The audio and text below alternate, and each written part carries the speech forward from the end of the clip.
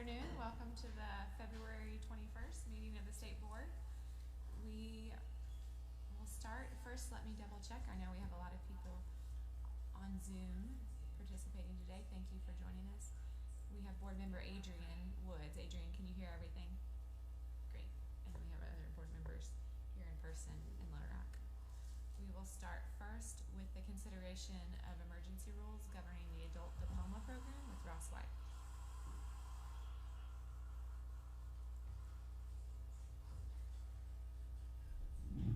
Good afternoon. Ross White, Director for the Division of Career and Technical Education.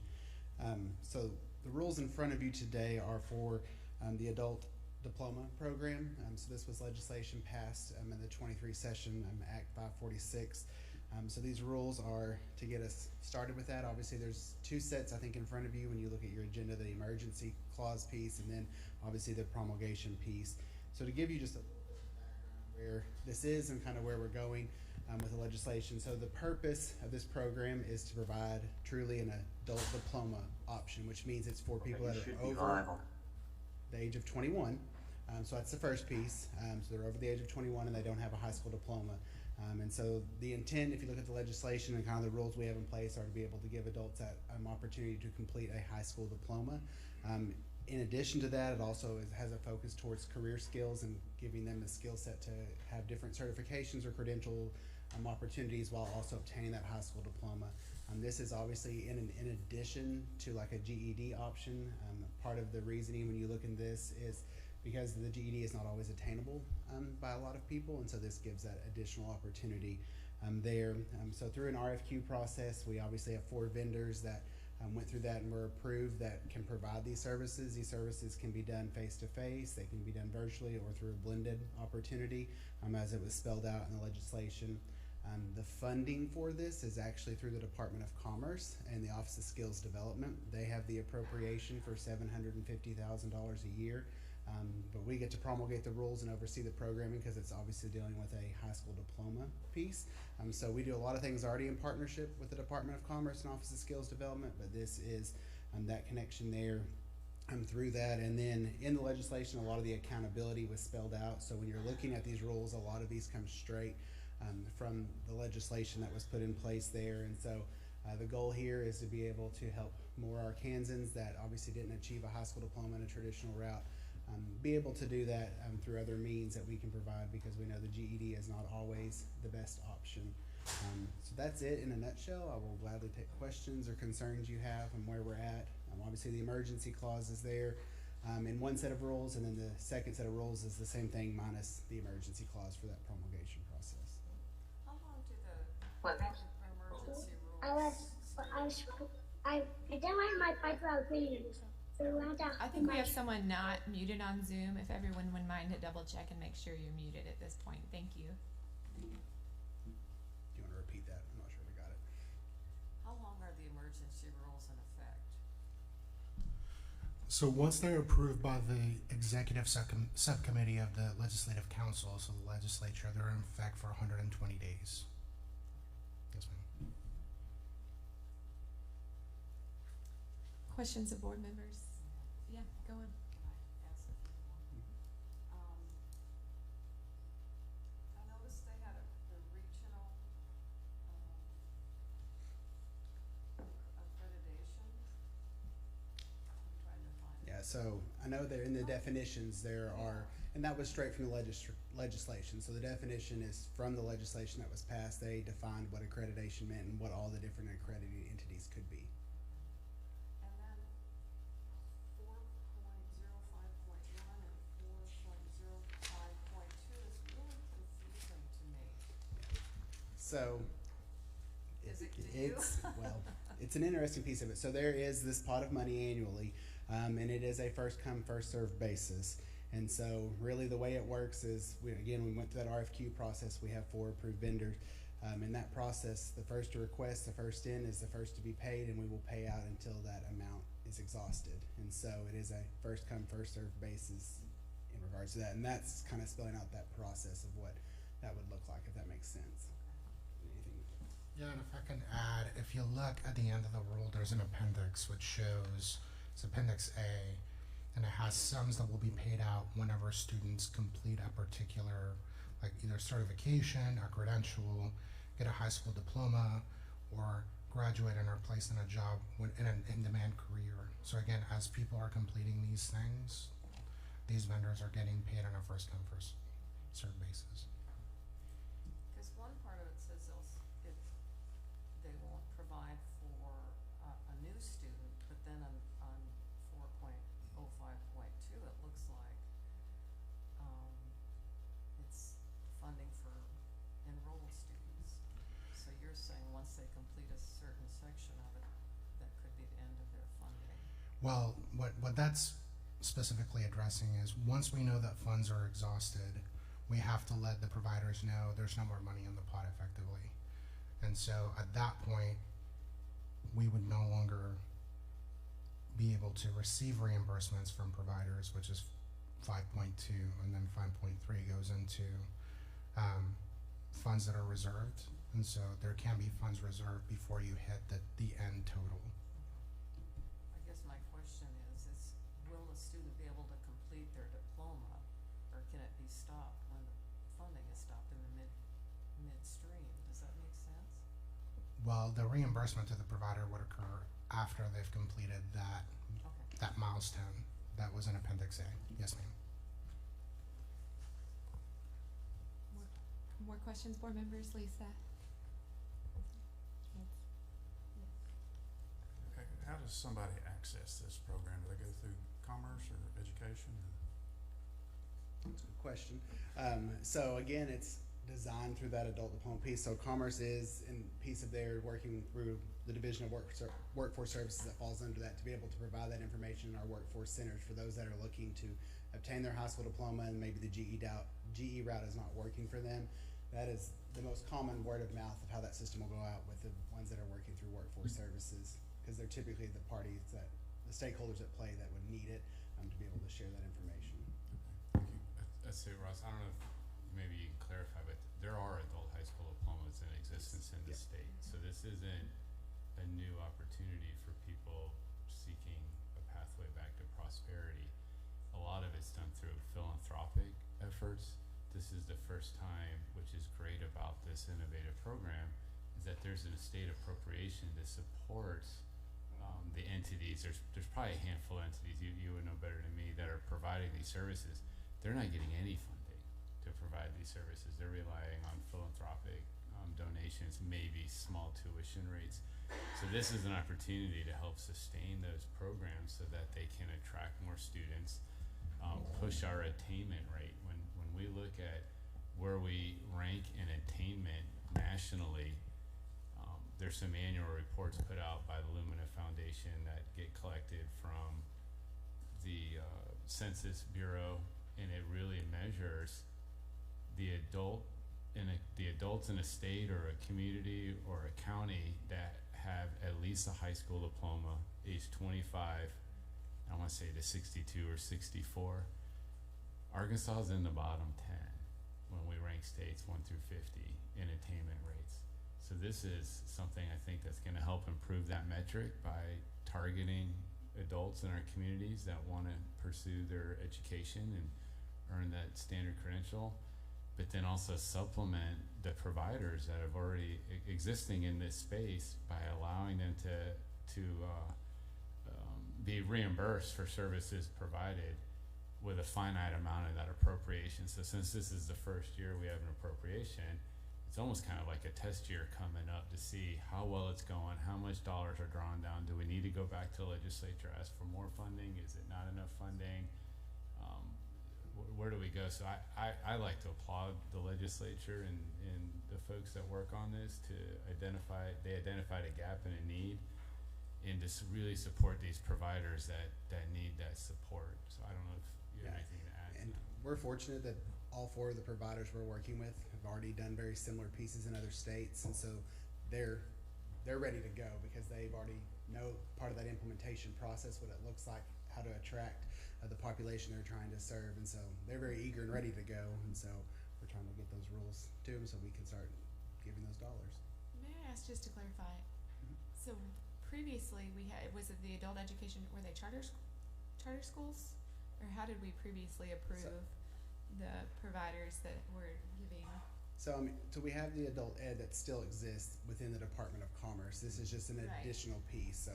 But don't we have like Goodwill? Don't they have a school where they I can mean, give so out there's the Excel Center with Goodwill. Excel that took- Center? So what, previously before this law, what were they? What type of entity were they? Did we have rules over that? Is this replacing that, or this is? I can't speak. This to that. goes back to, there was entities in a philanthropic space providing Right, these they didn't get any services. state money, They didn't get right. any state money. This would give them a chance to be reimbursed for some of for the services that they're providing. But at one point in time, didn't the law have to change because under 21, after 21, you couldn't get a high school degree? Am I correct in that or wrong? I don't know. Now you That's could good. have a 42-year-old and they don't, GED is not their only path. Now they can go back and get a full high Based school off of diploma this. recognized the same way Yes, as ma'am. someone that graduated high school. Yes, ma'am.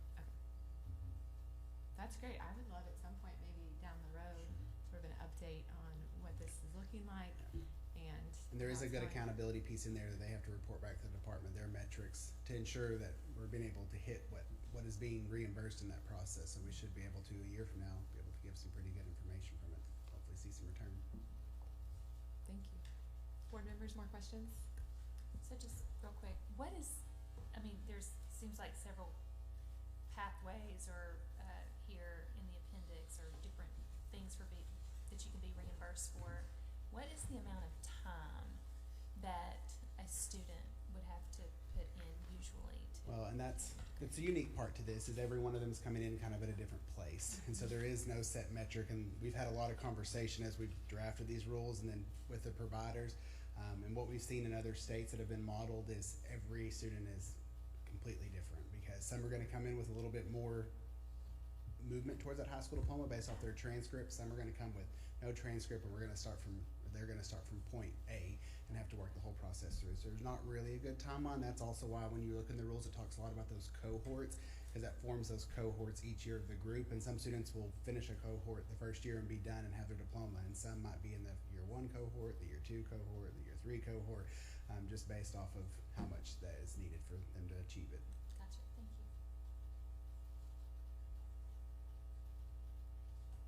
Awesome. Board members, any more questions? Ms. Woods? Thank you. Okay, so the floor will be open for a motion. We will have two different motions. One will be for the emergency rules, and the second will be for the release of public comment.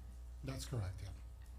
The floor is open for a motion first to approve or not approve the emergency rules governing the adult diploma program. I move we approve the rules.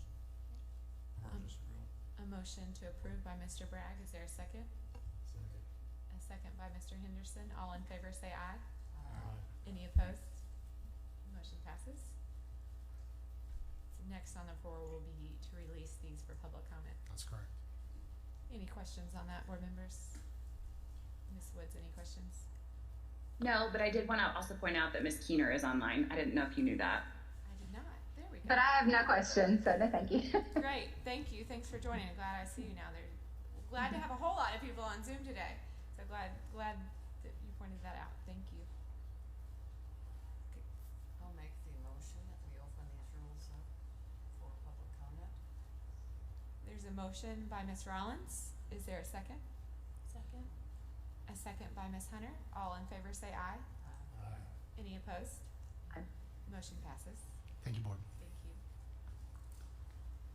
Next on our agenda are district waiver requests for their alternative school calendar, and that will be for this current school year.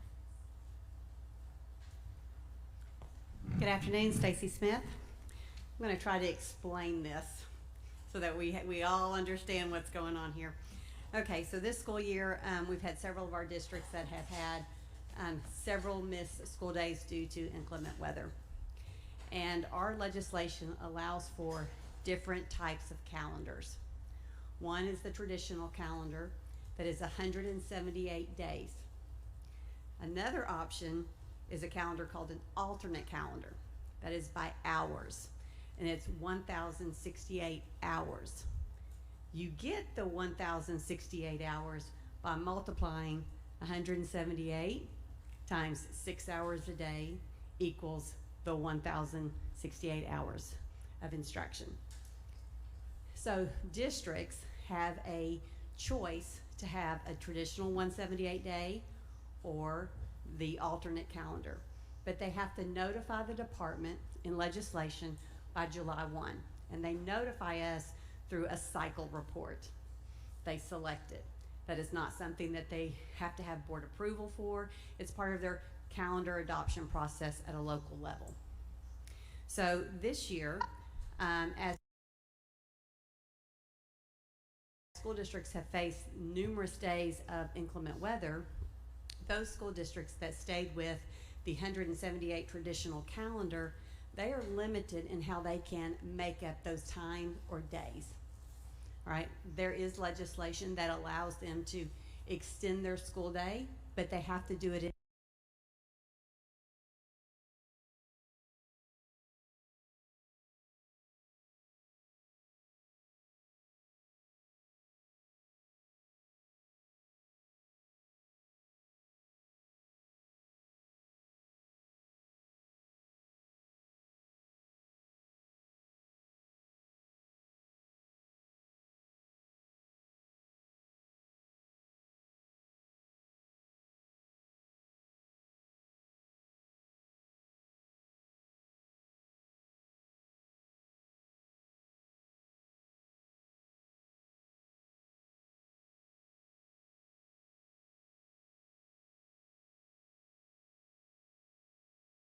to you today is a waiver request for districts they're wanting to notify the department that they would like to move from the traditional 178 to the alternate calendar, which allows them more flexibility in how to make up their days. Most of these districts are already, and especially if they were missing 4 or 5 days, they've already altered their calendars. For example, some that had planned to be out on President's Day attended school on President's Day. Some of them, hoping to change to an alternate calendar, have looked at extending their school day by 30 minutes from now to the end of the year so that they're making up those days. Again, a lot of it was trying to front load instruction prior to assessments and testing versus adding it on at the end of the year. You do have some school districts in the state, even with adding some time on, even with doing some calendars, they're still going to be making up 2 or 3 days afterwards, dependent upon how much weather they've had and where they're located in the state. So the waiver request today is actually, they're waiving that they had to notify the department by July 1. That's all they're doing. They're asking, can they notify us later that they are going to switch over to the alternate calendar? Myself, legal, Dr. Saunders, various people at the department have met with various superintendents, done various Zooms on what does this look like to make the most of your time and make sure that you're making instruction count, okay? For every district out there doing the right thing, I've heard of 1 or 2 who I think, what are they doing? That doesn't even make sense, right? But usually when we follow up and we talk to them, there's a thought process. They have an explanation. So today's waiver, though, is about the date of notification to us, okay? So I'm asking actually for 2 motions today. One motion, you should have received this copy here. At the top it says inclement weather waivers. And it shows 29 schools. I'll give you a second to find that. Did y'all have that? Mary, did you pass this out to everybody? Okay, can I get that, please?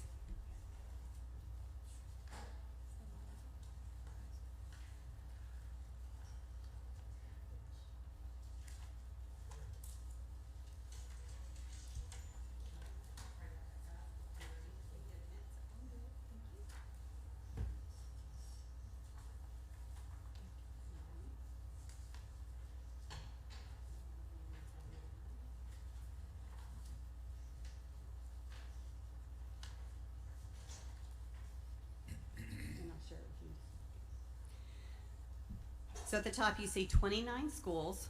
29 schools have already taken this to their local board for approval. And again, it's asking to waive Arkansas Code annotated 610-106G3, which it pertains to the notification of July 1, so the date to notify the department. So these 29 schools have already had their local board approval to do this. So pending your approval of this waiver of the date, these 29 schools would be allowed to switch from traditional to alternate. Did you want to say something? Okay. One quickly, could we email this to the two board members Yes. online? Do you mind? Mary, could you email that to them? Do we wanna stop here and do questions of Mhm. you? The way I look at it, we'll do questions of the department first, and then if there are specific districts that board members have questions on, we can pull those out. So let's start with questions of the agency first. Mr. Brown? Is it up to the individual school to determine where the 10 minutes goes as far as which class or? Yes, so the school district would determine their instructional time throughout the day. And so you have your individual schools who are determining that, and they're working with their district leadership. So you'll have a school district who they might have 6 hours and 30 minutes at an elementary, 6 hours and 15 minutes at the middle school, and 6 hours on the dot at the high school. The minimum requirement though for every student is that 1,068.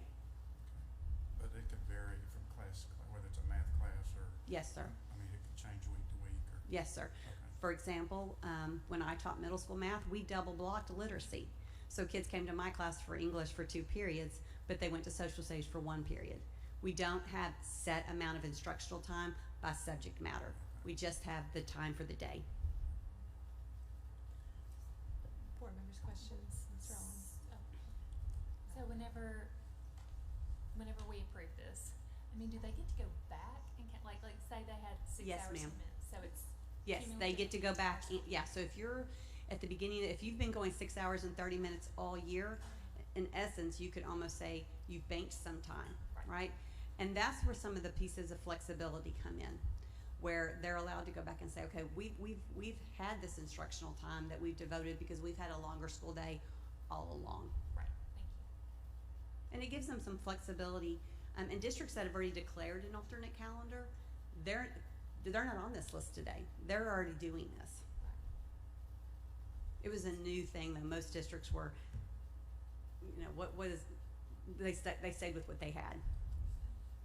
So, like on this first group, these 29 schools, 14 are missing resolutions, and they only submitted. So that's paperwork piece. Okay. Okay, that's just purely paperwork. We're reaching back out to them and saying, yes, you've documented that you had a school board meeting and that they approved it, but we're asking for on file paperwork that we have your resolution.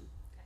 The bottom group have, it's scheduled. They have a board meeting that might be next week. It might be tonight, right? So they have submitted to us evidence that they're taking it to their board. We were trying to be efficient with a special board meeting.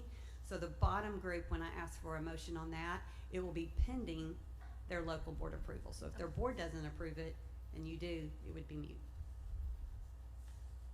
Thank you. Mr. Wood, questions? I don't think so. Ms. Rollins? Mr. Henderson? Mr. Brett? Ms. Long? Ms. Keener? Ms. Woods, questions? I do want to note this, and Secretary Leave, I can see him gearing up too. And I'm gonna take the first swing and then let him run it. How's that? This is about minimum amounts. That is not the bar. Standards and legislation pieces sometimes are about this is what you're required to do. And we don't want people saying, oh, we've got to a 1,068, we're done, we don't have to do any more days of school. Okay, it's still about wise instructional opportunities.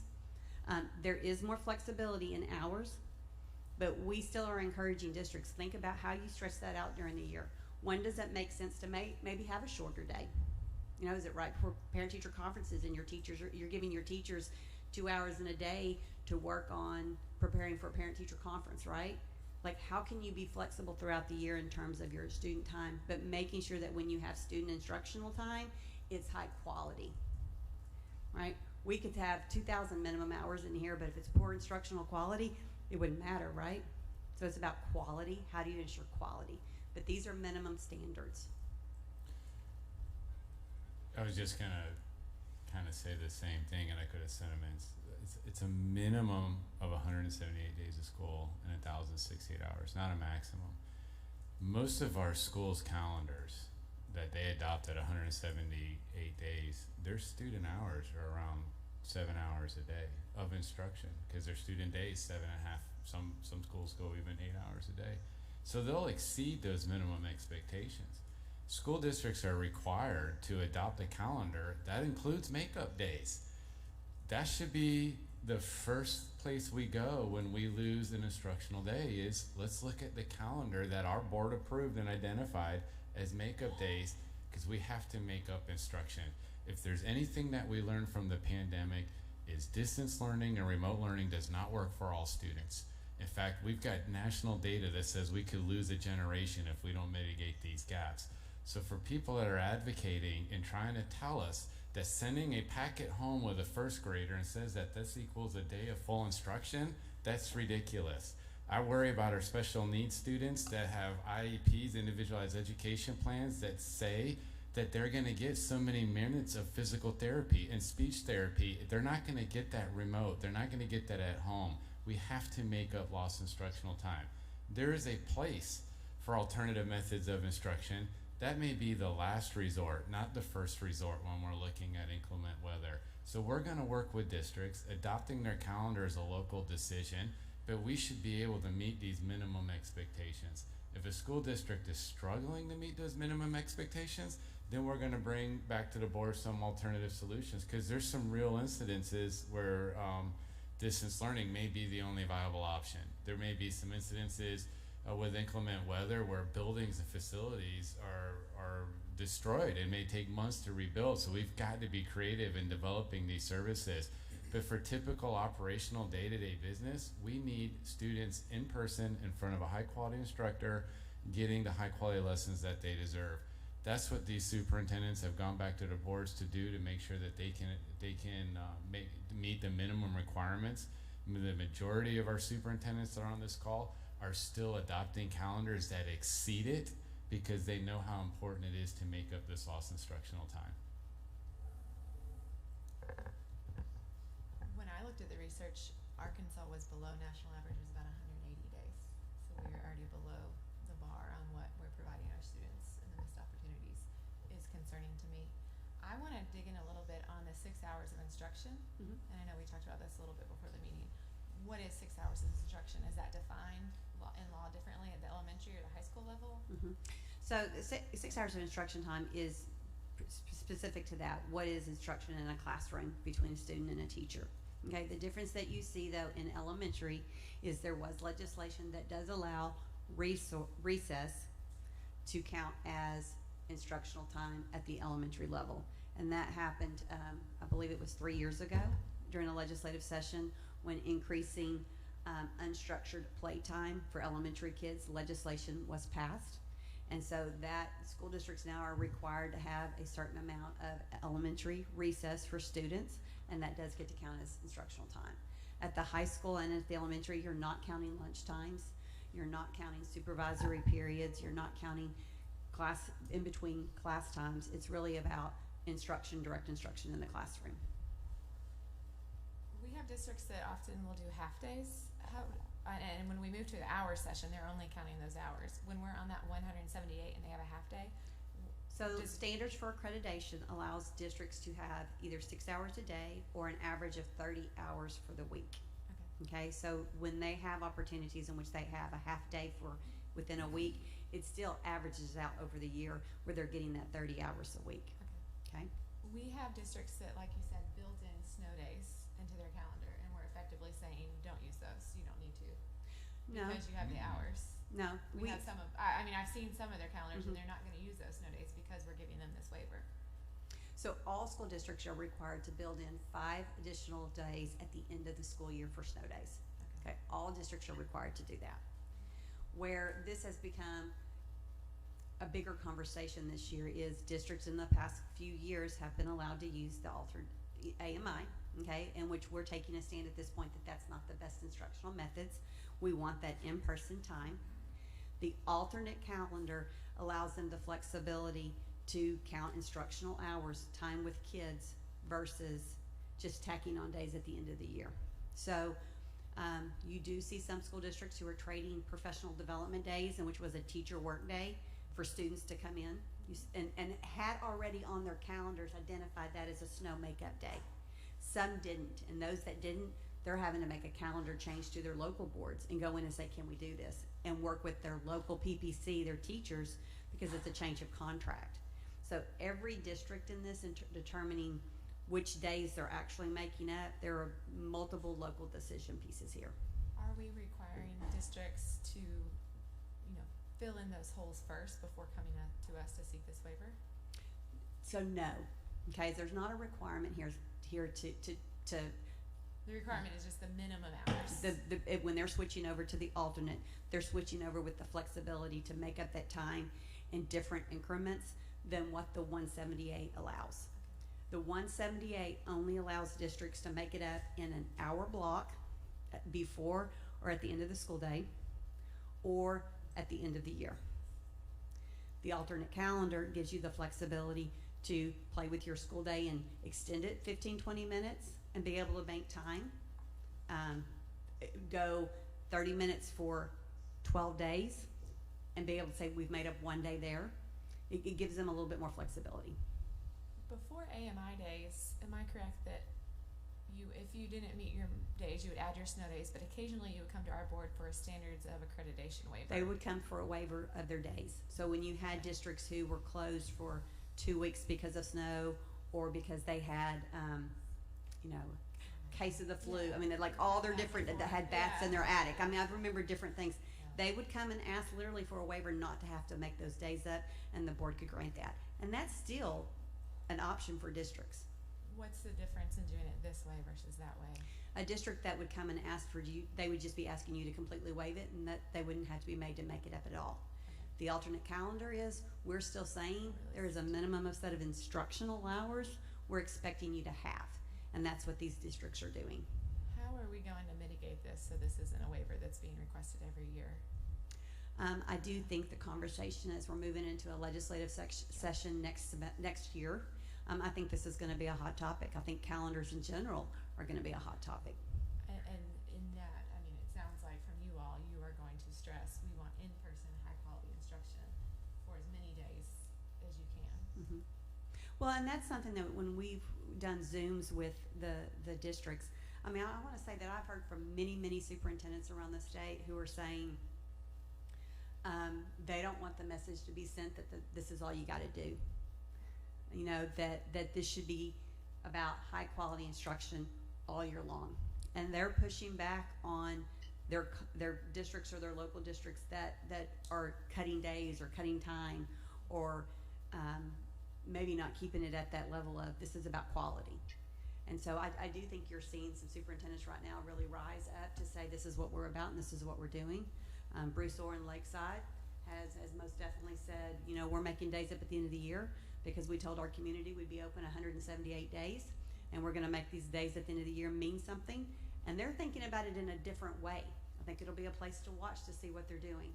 I heard from Carson County the other day who said we're making days up, but we're making it up in a different way, and we want to make sure that the quality is there. So we have superintendents and we have school districts and we have local boards who are asking these same questions.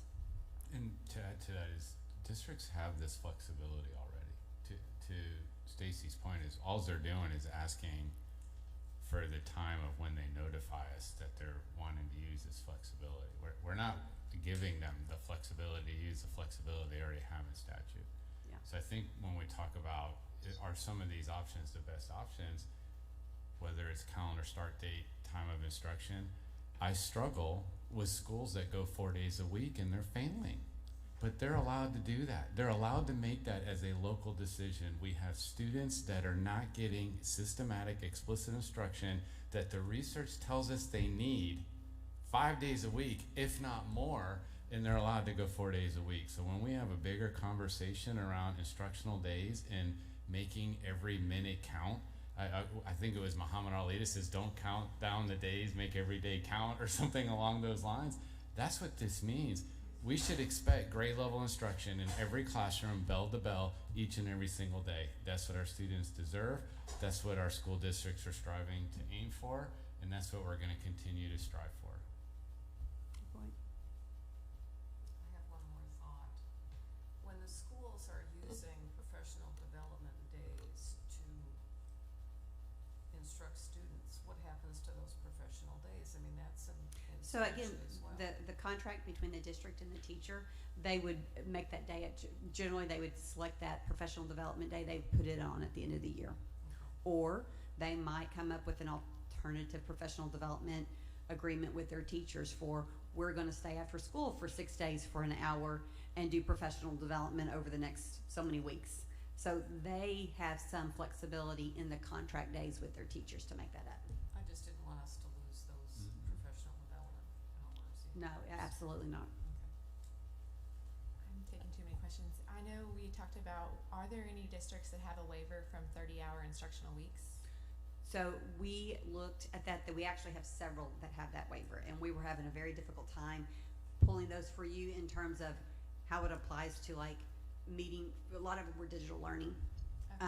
So what I can tell you though with this specific waiver, so if you have a district right now who had come to this board and asked for a waiver to get out early on Wednesdays at 1 o'clock, because they were doing professional learning communities or something like that, if they're switching over to an alternate calendar, they have to have 1,068 hours, period. However they count it, they gotta meet the minimum hours. And we They know a don't, lot of districts that they do that Wednesday off, they're adding on the other days, but I recall districts that have come to us to Yes. get that yes. waiver from the 30. And I this don't would not appreciate allow, that. this would make sure that they have to have the total number met.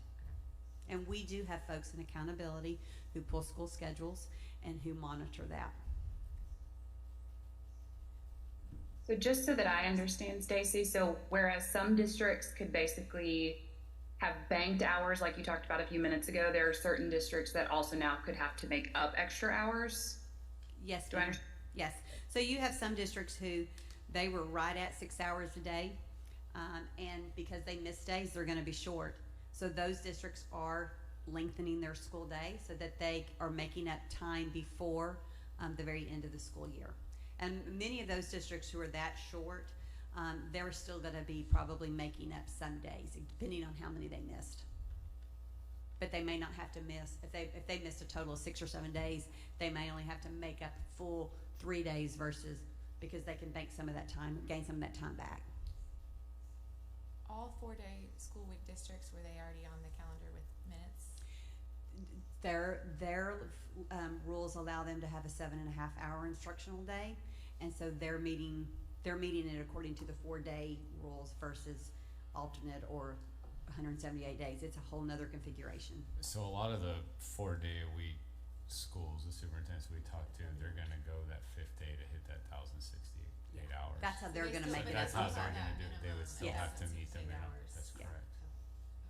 correct. Yeah, they still have that day to make up. Very easy for them to make up those hours by having should school be. on a Monday. Mhm. Do we wanna, board members have specific questions of school districts? I have one that I wanna add that has submitted their paperwork, but it's not on the list, so I would like the board to consider including Old Dorado on the list. I wanna make sure I said that right, cause I wanna get invited back.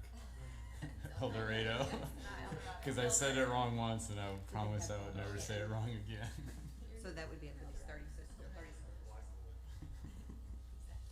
So they go in the second Top group? group. Top group. First group, because they have turned in So everything. We apologize for that, we just wanna make sure they're included. And I will say that, so legal has taken each school's application and reviewed each component. Correct. All 100 and Well, now you're at 30 plus 89. Just to be clear, if districts are looking to switch to that hour method for next school year, they don't get that approved by this board. No, they do not get it that approved. But what they would do in their cycle report before July 1 is they would notify us, and that's in cycle 7. Okay, 'cause And I can tell you, this school year, before any of this, there's schools that are doing that. Mhm. They go 175 days a year and are hitting the 1,068 hours. They have that authority. But I- they still have to meet the minimum hour requirement, so if they miss so much school and they're already down days, they're gonna have to make up additional time. And what we've really encouraged them is use that full 178. Use more. Again, Right. this is minimum, right? Yeah, I would love some conversations later on about why was that minimum set there, and or do we need to up it as we're recommending Why was the legislature? 178 Yeah, said? Yeah. and the and have that conversation as we gear up towards it's a 25 session. I have a question with regard to the list of 29 or 89. Are any of these districts 4-day-a-week districts? Excuse me.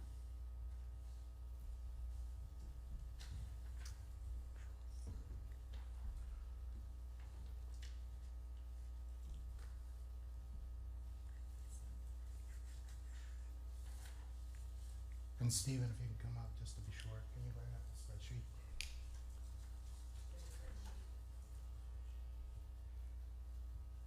Let's pull up my school info.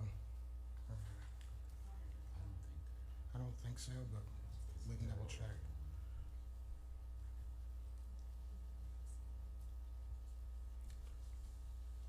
Four-day school department, school districts. Yep, correct. On this initial group of 30. What does one say? Let me pull it up.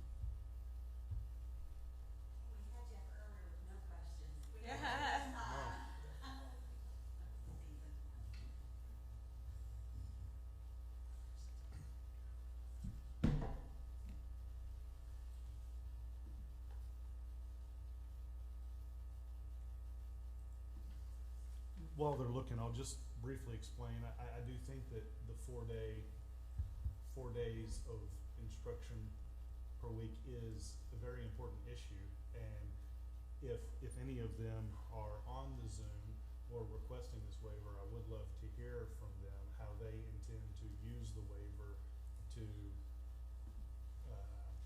make up their time with that extra day a week that students aren't in the building. But I also understand that it's really not that many districts that do it, so it's not surprising that they might not be on there. They would already be meeting the hours. Yeah, because they have that 7.5. Right, so that they wouldn't be needing to alternate their calendar as they're verifying, to my recollection, because they're already on that alternative calendar. But I see. I So- wanna, So they're already on an alternative calendar, so they would not have to ask for a for waiver. a waiver, they're just I gonna see. locally update their calendar I see. with their local board. So they have the flexibility then to just go make a local decision That's correct. as soon as they wanna have a school board meeting to change their School calendar. school day. Mhm. I see. Okay, so they wouldn't be on here at all. Monday or that Friday, whichever day that Yeah. Well, thank you for that clarification on that. It makes sense that they probably would not be on here. Are you good? I am good. Yeah. Okay. Thank you for your time, though. I We'll appreciate get that it. for sure. Well, it makes sense that the question kind of answers itself. So, one last comment I'll have is that I hope that districts will use this waiver to the flexibility that they gain to really have high quality instructional time, not just tacking on 15 minutes at the end of the day and checking a box. We got our hours, guys. Let's go home. In the end, it will still be reflected in, annual assessments, and this will be one less excuse that school leaders have. And so I hope that they will make every effort to make this flexibility high quality. And you all did say you pushed the assessment window back a week too. Yes, we added, we didn't push it back, we extended it another week. So it opens at the same time, but we've extended it another week for those districts who are just adding on at the end of the year. Board members, any questions? Ms. Keener, Ms. Woods online, any questions? Any questions of specific school districts? Okay. So at this time, I'll be asking the board to make a motion. So we need to amend. I apologize. Board needs to vote to add El Dorado before So we need to make you sure would that's- vote on them as a total, if you can do that, please. Okay. And are we gonna, well, you were gonna say, are we gonna have two votes? Yeah, so if you'll add El Dorado first, then I'll tell you the motion. Okay, so our first vote will be to add El Dorado to the list of inclement weather waivers that have already previously sought their local board approval. So moved. Motion by Ms. Hunter, is there a second? Second. Second by Ms. Woods. All in favor say aye. Aye. Motion Aye. passes. Could I ask about this email that we were given with regard to BB? I don't know anything about an email with BB. Oh,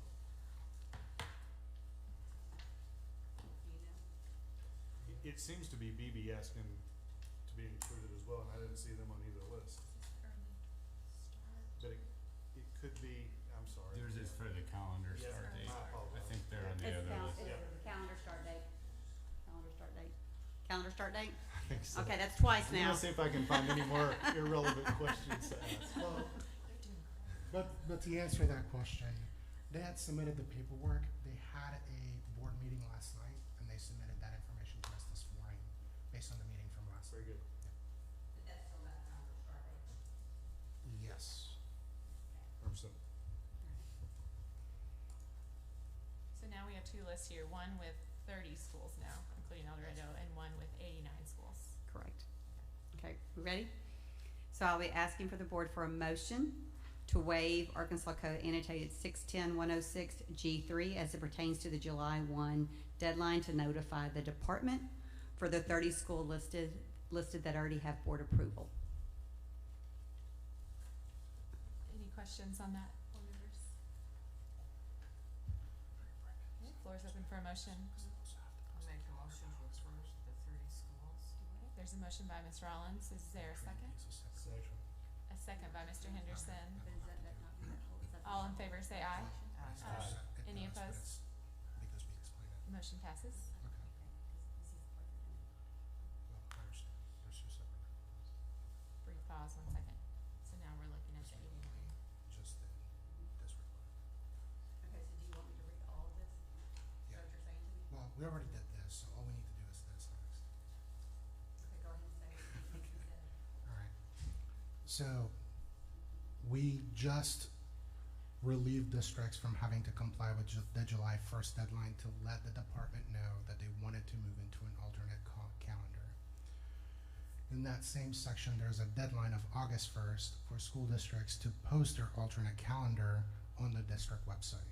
So this next vote would be to, under waive Arkansas Code annotated 610-106-G3 as it pertains to the August 1st deadline to post the alternate school calendar on the school district website, and any requirement and any deadline as to the requirements to input into eSchool, eFinance, or AppScan all relevant data in that time period of July and August, so that they can file that paperwork now. Okay, so this is a motion, this would be a motion, and this is still on these 30 right now. This is still in the same 30, yes, Okay. correct. Any questions on that, board members? Board members online, any questions? The floor is open for a motion on that, again, for these first 30 school districts. I'll make the motion. A motion by Ms. Rollins, Second. a second by Ms. Hunter. All in favor say aye. Aye. Motion passes. So on this next one, I'm gonna put both of them together. We're gonna get good here. All right. I'm asking the board for a motion to waive Arkansas Code annotated 610-106-G3 as it pertains to the July 1 deadline to notify the department of the school district and to implement a school calendar. The August 1st deadline to post the alternate school calendar on the school district website, and the requirement to input into eSchool, eFinance, or AppScan all relevant data in July and August, and instead allow the school district to meet those requirements outside the July and August deadlines. So that would be for the 89 school districts pending their local board approval. May I ask a question on that? If their local board says we don't like this plan, Then it doesn't, then they have to do what? they have to Stick stay with with their calendar that they 178, have. And they would then fill in those snow days that they have Correct. pre-approved. Mhm. They would not be, yeah, their calendar would stay the same. Okay. Any questions on that, board members?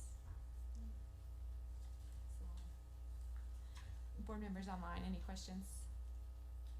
Okay, so the floor is open for a motion, and this is on the 89 school districts pending approval by their local board.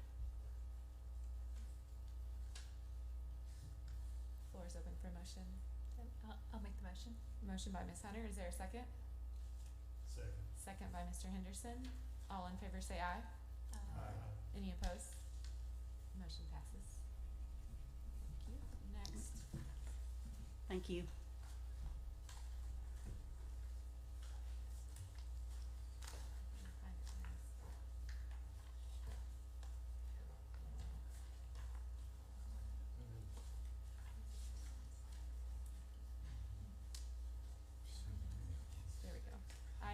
3, district waiver request for the 2024-25 school start date. Yes, good afternoon, Courtney Solis Ford for the department. So we don't have a similar list for you, I apologize for that. But these are school districts that are asking for a waiver of the prescribed school start date in law, which many of you know is kind of a range. So it either has to be on August 19th or the Monday of the week in which the 19th falls. Many of these districts have asked to start on August 12th, which would be 1 week earlier. There are a few school districts that had other dates within August before the 19th that they also wanted to start on.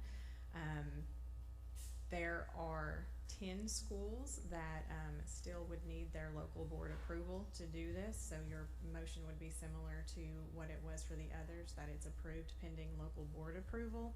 And then there are 133 schools whose local board has already approved it, and so again they are seeking the waiver of 615-103.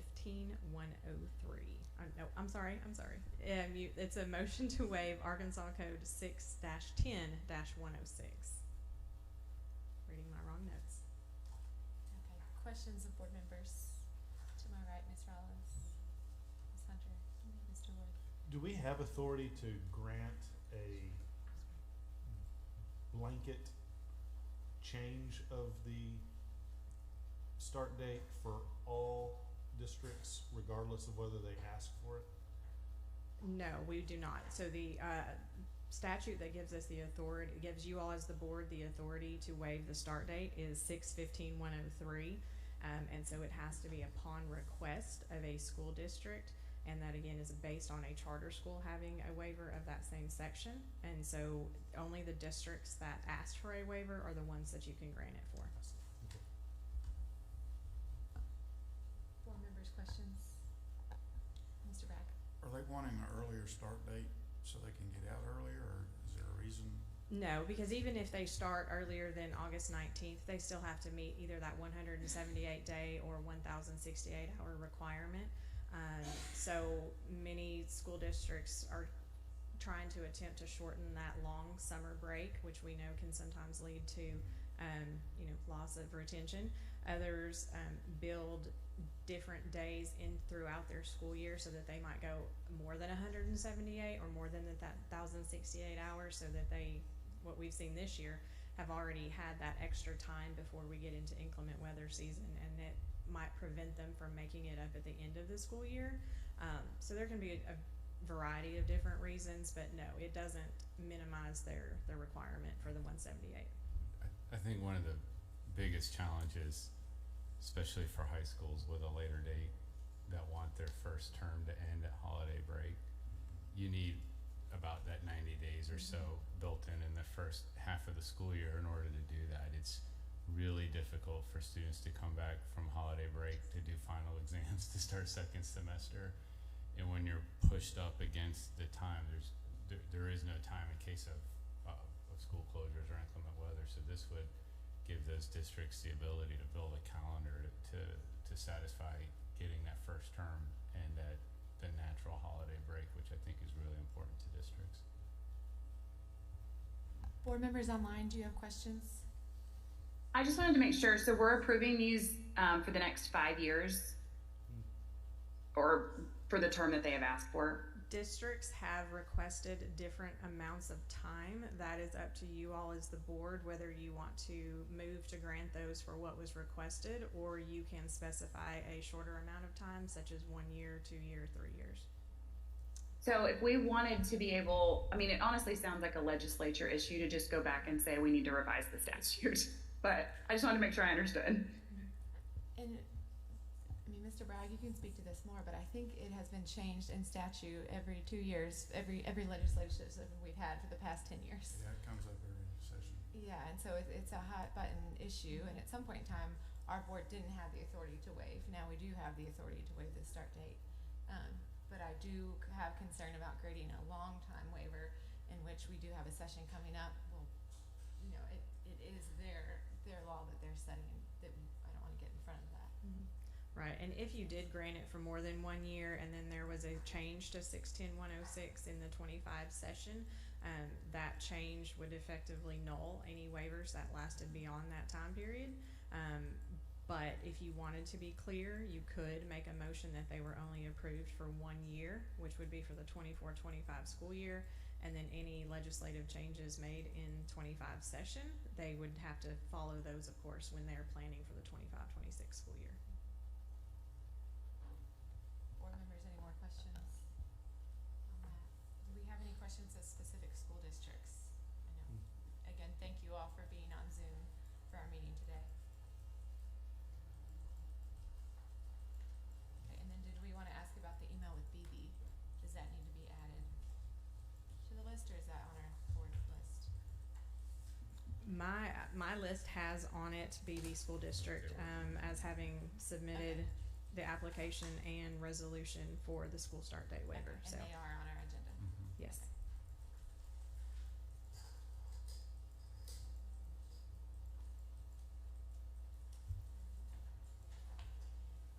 I've seen a number of districts in the eastern part of the state move to the alternative calendar, where they're starting, end of July. That's not a decision, that decision never comes to our board, that's a local board decision. Right, So- that's not an alternate calendar, that's a school, year-round school calendar. So as you know, we have many different ones that, exist in statute, the 4-day school week, the year-round calendar. Some of those require them to come to you for approval, some do not. So for these school districts to start before August 19th in 24, they would need your approval. Okay, but none of these are doing that year-round calendar, they'll be on a traditional calendar, whether 178 days or minutes, they're just starting a week. Correct. A week or more earlier. Okay, thank you. Questions, comments, board members? I suppose I'll make a comment that I probably shouldn't, but I appreciate that this is, it sounds as though will be an effort to amend the laws regarding this in the next session, but what Mr. Bragg just suggested diminishes my hope that they'll do the right thing because they consider it every 2 years and we are still dealing with this. As a parent of school-age children and as a former school board member, I know that the current restrictions on the local districts to set their calendar are extremely frustrating. Kids don't learn in June, and they probably don't even learn after the annual assessment.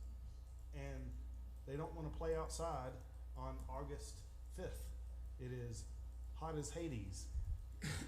So the idea that kids can't be in school earlier in August and out in May when they're cleaning classrooms and taking down bulletin boards, I hope that there will be some real consideration given to major changes to give districts the flexibility to teach kids when they're available to be taught and engaged in learning. But I'm sure I'm preaching to the choir here, I don't know. It does, and I think this year matters, is harder because the August 19th is a Monday, because the law does say the week of August 19th, so if August 19th was a Friday, you could therefore start the 14th. But again, I mean, the legislature working out this issue so that it is not a hot button, because I know PPCs wanna meet, they wanna have this set in stone before now. Yeah. And having to go through us or however every year is cumbersome. So I would hope that conversation can be had too. I do like the idea for consistency, not because I don't support giving these districts as many years of waiver from this as we can, but so that if we were to limit it to 1 year, it would give the legislature an opportunity to speak on this issue, and then everybody come back after an effort has been made to revise this, to reduce confusion out and about. I think that there's some wisdom in maybe reducing these to 1 year grants. Sounds like a motion.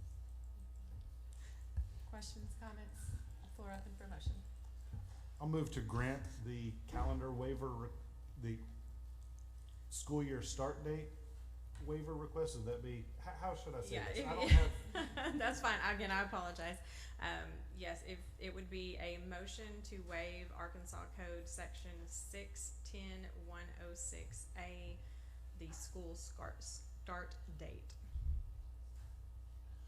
okay, for 1 year if that's what you were wanting to make That's right. that motion Then for. I'll make a motion to waive Arkansas Code Annotated 6-10-106A, the school start date, Mhm. for 1 year for these districts that have submitted the request. A motion by Mr. Wood, is there a second? Second. A second by Ms. Hunter. All in favor say aye. Aye. Any opposed? Okay, motion passes. And if I could ask for a second motion with identical wording except adding pending local board approval for the 9 school districts who still need to get board approval on this. So those were for the 134 Correct. approved by local board. Okay. All right, well, I'll make a motion to waive Arkansas Code Annotated 6-10-106A, the school start date for those districts Pending local whose board decision approval. is still pending local board approval for 1 year. Yes. There's a motion by Mr. Wood, is there a second? Second. A second by Mr. Henderson, all in favor say aye. Aye. Any opposed? Okay, Thank motion you. passes. Thank you all. Was there any public comments? Anyone here for public comment? Okay. Okay, with that, I will take a point of privilege. We have a lot of school districts that are working very hard, and we know that you are doing the best for your students. I wish you all the best as you do create calendars. I also know that we all wanna support you in that, support you in making research-based, evidence-based decisions where you can get your kids in front of high-quality instruction. Any other closing comments? We don't often have 150 districts on Zoom, so take advantage of it while we can. Anything else? Well, with that, we will close our meeting. Thank you all. Thank everyone for joining today.